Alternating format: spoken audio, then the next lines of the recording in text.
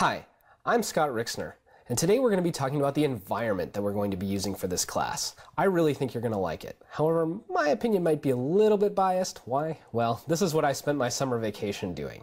I built this environment especially for this class, and this is going to allow us to build interactive applications directly in the web browser. I think this is pretty exciting, and you're not going to find this in any other introductory programming class, so this is going to make this class something special. All right? You can also save and share your files really easily. We basically are storing everything out on the network so that you can easily find it from any machine. You can send it to other people and they can see it as well. So you're going to be able to share the excitement that you're having throughout this class. Okay?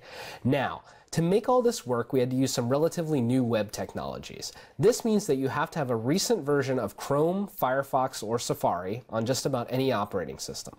Sorry, no Internet Explorer. Why? Well, like I said, these new web technologies are not implemented exactly the same across all browsers, and Internet Explorer is really lagging behind. Hopefully in the future it will work, but for now you have to stick to one of those three browsers. Okay? Now, if you're like one of my Rice students, you listened to that, you immediately ignored me, you grabbed your phone, and you said, "Hey, does it work?" Well, I have no idea if it works on your phone, but it does work on mine. Okay, now you're not going to enjoy editing your code on that small screen, so I do suggest you get one of those browsers so that you can get ready to go, and we'll take a look at our environment. The environment we're going to use in this class is called CodeSkulptor. Now, why do we call it CodeSkulptor? Well, because you're going to be sculpting code. All right, what is CodeSkulptor? Well, it's a Python development environment.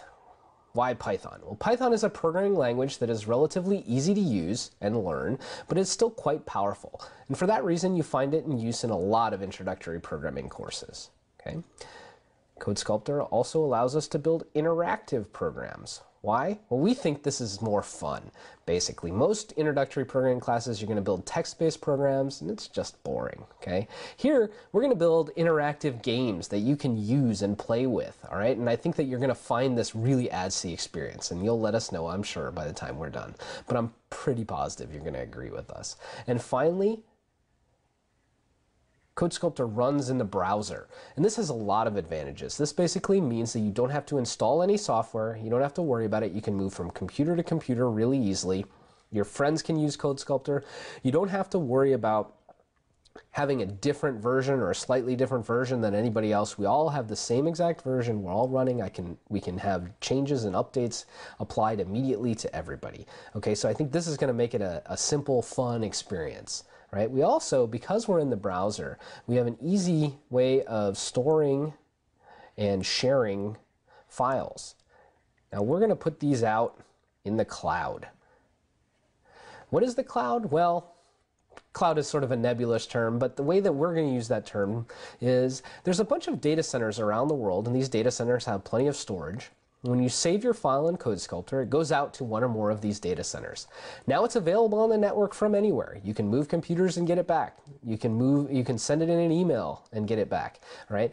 Basically, you store and save your files and you refer to them by a URL. And as long as you have that URL, you can get at your stuff anywhere and you can start editing and running it anywhere. Okay? All right, we think that this is a unique combination, and you're just not going to find this in any other introductory class. You're probably not going to find it in any other class, quite frankly, and I think this is going to make this class unique, special, and fun, and I really hope you're going to agree. So CodeSkulptor has now been in use across several classes, and we've had great success with it, so I really don't anticipate you seeing many problems. Okay, however, there are a few things that I'd like to call your attention to, and the first is that there are some very minor differences between the implementation of Python in CodeSkulptor and the implementation of Python that you would download and install directly on your computer. Okay, these differences are really not that big. They're not a big deal. When we encounter them, we'll talk about them clearly, and they're not going to cause you any trouble, and they're really probably not even going to cause you any trouble when you transition over from using the CodeSkulptor implementation to any other implementation of Python. Okay, so I just want to call your attention to that. Right? There are also some differences in terms of the libraries that are available. All right. In Python, there is the language itself, and then there are a whole bunch of libraries that implement additional features beyond the core of the language. Okay, In CodeSkulptor, we only implemented a few of these libraries. We implemented the libraries that you actually need. We didn't implement everything else. And the main impact of this will be if you're trying to solve a particular problem and you use Google to find out how do I do something in Python, you may find an answer that says, hey, just use this library and it does it for you. And in CodeSkulptor, you're not going to be able to do that. Now, this also should have relatively small impact because we've implemented all the libraries that you're actually going to need for this class. So here we are at CodeSkulptor, right? www.codeskulptor.org. You're going to be using that a lot, so you may as well just bookmark it right now. All right? Let me walk you through the main elements of the application. You'll see in the upper left, we have the control area, where we have the buttons that allow us to actually control the application. In the lower left, we have the editor. This is where we actually write our Python programs and build them up as we make our exciting interactive applications. In the lower right, we have the console area. This is where the textual output of your program will go if you have any. And then last but not least, in the upper right, we have the documentation area. And you can see that you can get to the documentation, you can get to some demonstration programs, and you can get to some videos. Now you can get to some of this from the Coursera website, but it's convenient to have it available directly right here. And one last thing that I want to draw your attention to is this slider bar here in the middle.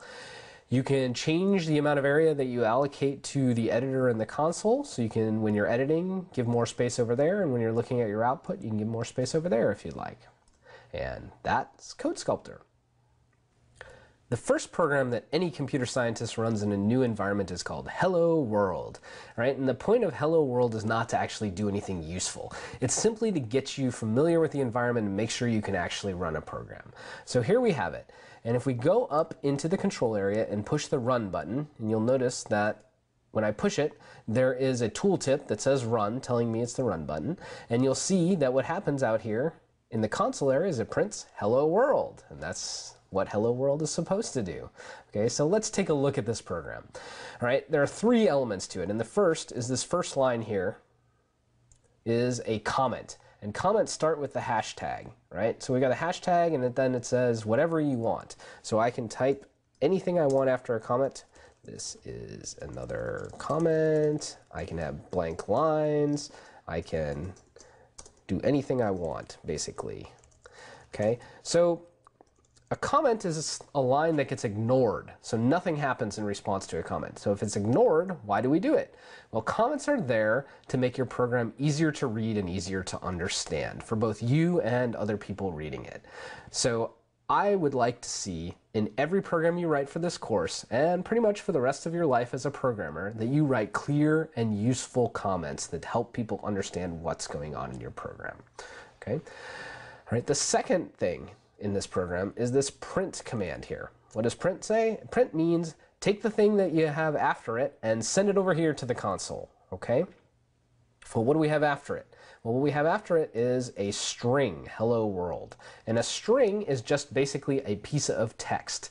And to get a string in Python, you enclose it in quotes. So you can see here that we have single quotes surrounding this hello world that says this is a string, and it just means take the text inside of it and use it. So print hello world, and you can see that there it goes and it prints, right? In Python, it's a little bit curious. I could use either single or double quotes, right? But you have to be consistent. You can't have one single and one double quote, and nothing is changed, right? This is still a string. So I hit run, and hey, everything's the same. So wait a minute here, okay? It didn't look like anything changed, all right? That's where the reset button here comes in. All right, if I hit reset, it clears the console. Now I can run this again, and I can see that it actually did print hello world correctly. All right, now you don't need the reset button. When I hit the run button, it implicitly resets, but you just can't see it because it happens so fast. But let me show you. Okay, so if I were to add print hi, okay, and I just hit run, you'll see it did in fact reset the console. It printed hi first and then hello world. Okay, so everything is actually running over here. Okay, so you have the option of hitting reset if you like, but you can just hit run. All right. Hey, we've run our first program. Congratulations. Now, I know there are some people out there that are watching this video that said, CodeSkulptor, this isn't real Python, so this course is going to be useless. I want to assure everyone out there that these statements are totally false. You are going to learn how to program in Python in this class. Our choice of environment is a pedagogic one. CodeSkulptor provides us the capability to make it very easy for you to share your code, very easy for us to do peer assessment, and very easy for the staff to help people when they're struggling. And these advantages far outweigh any perceived advantages of any other Python environment. This class is about teaching programming principles. We are going to teach you how to program in Python, and these ideas transcend any particular environment. Many people have taken this class before, and by the time they get to the end, they realize that they do know how to program in Python, and they are able to transfer these skills beyond CodeSkulptor. Right? I promise you, once you've taken this class, you are going to know enough to be dangerous. So this ends our whirlwind tour of CodeSkulptor. We've shown you what it is, we've shown you how to use it, and we've even run a program in it. Well, you've watched me run a program in it. So at this point, I encourage you to go to codeskulptor.org and try it out and run a program for yourself. You can run the demo program that shows up when you load it. You can run the Hello World program from this video. You can even go to the demos page and try some of those demos as well. Okay? Don't worry about the Python right now. Just worry about going to CodeSkulptor and trying to make sure that you can actually run a program and get used to the interface and how it all works. Okay? Hopefully at this point I've whet your appetite for the course and you're ready to get started. I know I am.